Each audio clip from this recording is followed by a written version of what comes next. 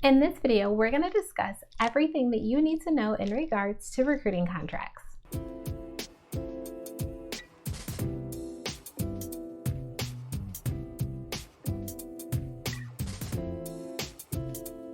Hey, what's up YouTube? It's Natasha, the business recruiter. Welcome back to my channel. So when it comes to recruiting contracts, they can definitely seem to be overwhelming if you're not quite sure with the language that's associated with them. Well, I am here to tell you that recruiting contracts are not as hard as you think to understand. Of course, there's some important elements that need to be within every contract, but being able to really take the step back and think through each of those elements is going to be key to you being successful and ultimately being able to get a contract in place with a prospective client. So with that being stated, I want to go through my recruiting contract template, go over some of the important information that you need to be aware of in regards to it, as well as how you can actually go about downloading my contract template. So before we dive into this live demo, if you are not already subscribed to my channel, then be sure to go down below and hit that subscribe button as well as that bell so that you can get notified of all of my videos that drop weekly. Okay, so let's go ahead and jump in. When you're thinking about a recruiting contract, there are really three main components. The first is going to be your payment terms, which also includes information in regards to your placement fee. The second is going to be the guarantee period, and then the third is going to be the candidate engagement. Now, each of these clauses are extremely important because it really outlines what that agreement is between you and ultimately your client. So to ensure that you have a thorough understanding of each of these three main components, let's go ahead and talk about them a little bit further by taking a look at my contract template. Okay, so first we're going to go ahead and start here within this section, which is really focused on the payment terms. Now the payment terms, as mentioned, does also include what your placement fee is. Now keep in mind when it comes to your placement fee, it can be a multitude of things. It can be a percentage, it could be a flat rate fee, or a hybrid model between the two. Really, it's up to you to determine exactly what that placement fee is going to be and ultimately having that conversation with your client to align on what they feel is fair. Now, I typically usually go with a percentage in terms of a placement fee. And when I'm looking at that placement fee, it's usually anywhere from, I would say 10% at the lowest, all the way up to 30% in some cases. Now, keep in mind that you really don't want to go under 10%. There's a lot of time, energy, and of course value that you're going to be bringing to the table, and you want to ensure that you're able to get paid thoroughly for all of those different components. Going lower than 10% really sets you up not to be compensated fairly for exactly what it is that you're putting in. Ultimately, the sweet spot is anywhere between 15 and 25%, at least in regards to where you should fall in terms of being paid fairly. Now, once you've outlined exactly what your placement fee is, you can then go down here where it actually talks about when you're going to get paid. And these are going to be considered to be your payment terms. Now, your payment terms are usually associated with a certain amount of time that is going to be needed in order for your client to be able to produce payment for you or to give you a check for the services that have been rendered. Now, the standard in terms of the industry is usually around 30 days, meaning that upon the invoice date, which is typically going to be the first days of employment for the candidate that you have placed, at that point, the client has 30 days in order to pay you. And this is extremely helpful when you're thinking about items related to how you're planning out your revenue. If you know that it's going to take you 30 days to get paid, as well as also the period in which you're going to actually be searching for a particular candidate in order to fill their requisition, it allows you to be able to become very intentional as well as strategic in regards to your business and ultimately how many requisitions you're going to need in order to hit what your goal or your target is from a revenue perspective. Now, the next component that you're going to want to take into consideration is going to be the guarantee period, and this is extremely important. The guarantee period basically states that if a candidate that you have placed has left the company within a certain amount of time, then there's certain things that you have to do. One of those things being replacing that candidate free of charge or providing a refund.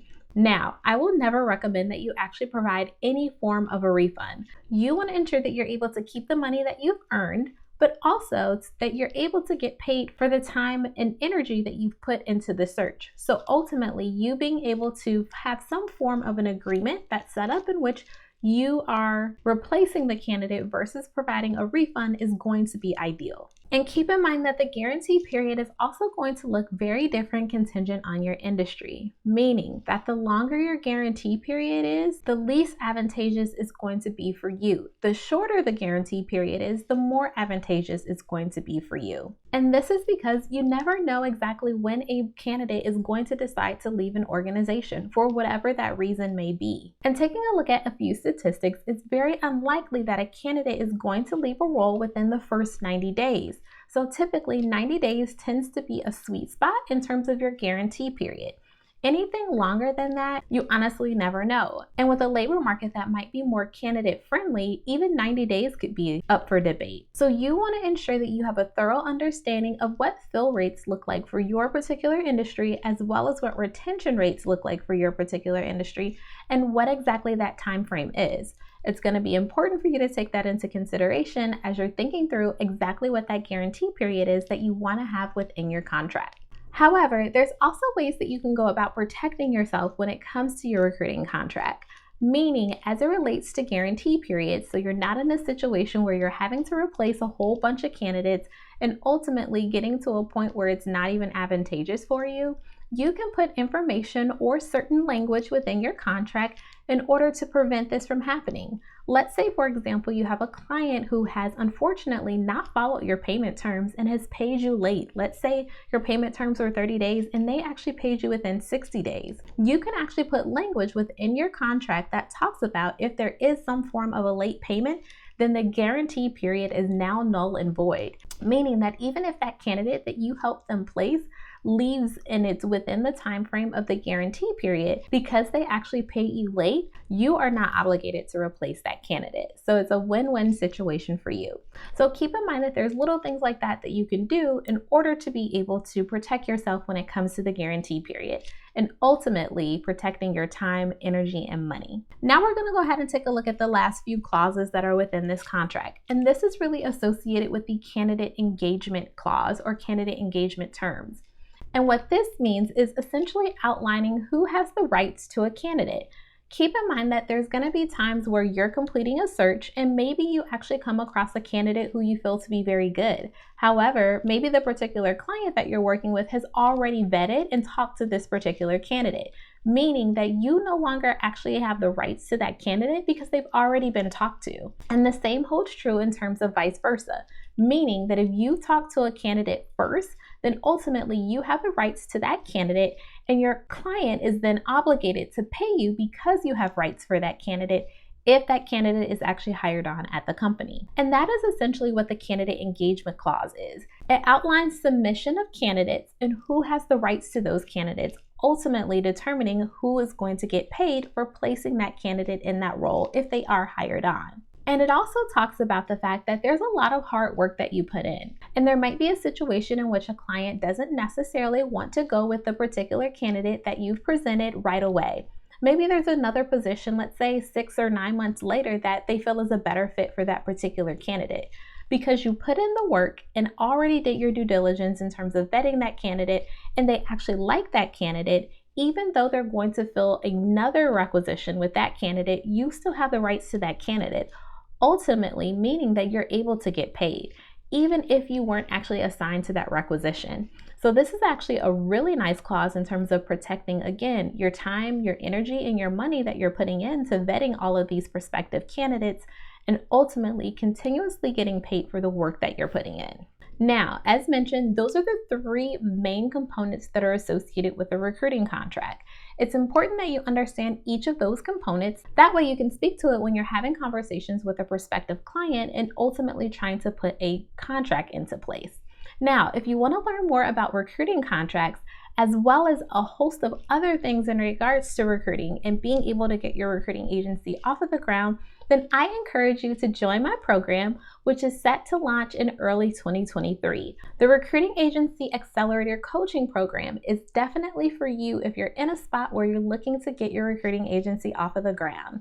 Pre-enrollment is set to start on December 30th. So I encourage you to take a look into this if this is something that sounds good to you. I'll be sure to leave the link down below in the description box. And finally, in terms of my recruiting contract template, I want to ensure that you understand exactly where it is that you can find it. I'll also leave the link for this page down in the description box, but once you get to this page, all you simply have to do is enter in your email address and hit download. It's just that easy. And this contract is set in a way where you can actually start to use it right away in order to get prospective clients and ultimately turn them into clients for you. Well, I hope that you enjoyed this video. If you did, then be sure to give me a thumbs up, as well as if you're not in my Facebook group, then I'll leave that link down below in the description box for you too, because we're in there talking all things recruiting. Thanks for watching, and I'll catch you on the next video.